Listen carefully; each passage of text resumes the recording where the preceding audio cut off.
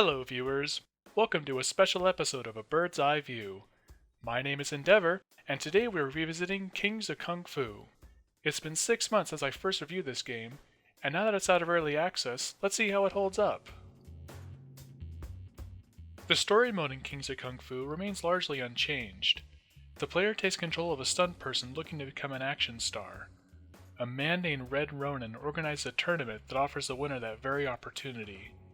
All you have to do is defeat the other fighters. The playable characters are all obvious parallels to real-life actors from martial arts movies.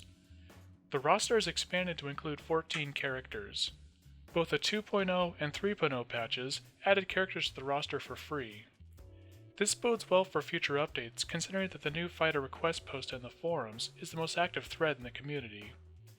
The diversity of the playable characters remains a strong feature, although the options for playable female characters is still fairly limited. If one was to make a list of this game's best features, the atmosphere would clearly be at the top. The stages are homages to iconic scenes and sets from various martial arts movies. The bright and bold colors, combined with music that ranges from funk to traditional, to bring the player back to the golden age of kung fu flicks. Everything is cheesy and over the top, and this game revels in it.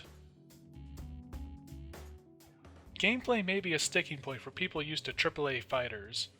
There are 4 attack buttons, and every character has a list of combos that can be strung together. Hit detection isn't always spot on, and it can take some time to really get a feel for controlling your character. Since the days of early access, there have been numerous fixes and tweaks to the gameplay. Jumping attacks are much smoother now than they were in December, but they do still feel a little cumbersome.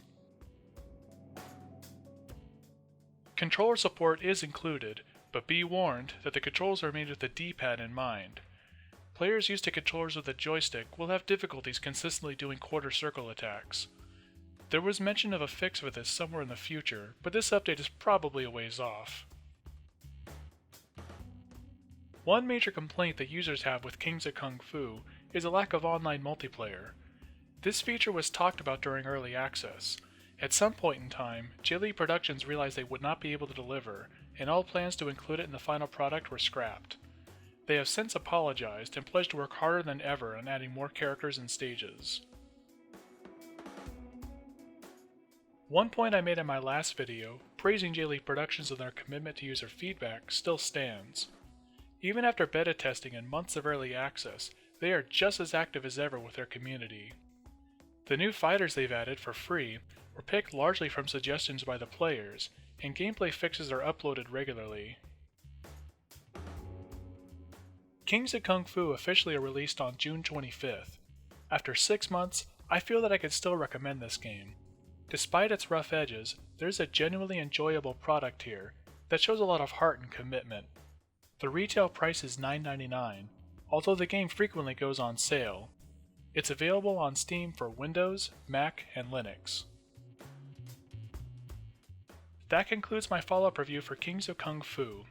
I'd like to congratulate Jae Lee Productions for getting their game through early access, and of course, thank you for watching. Don't forget to follow us on Twitter at Rookery Gamers for Let's Plays and additional reviews.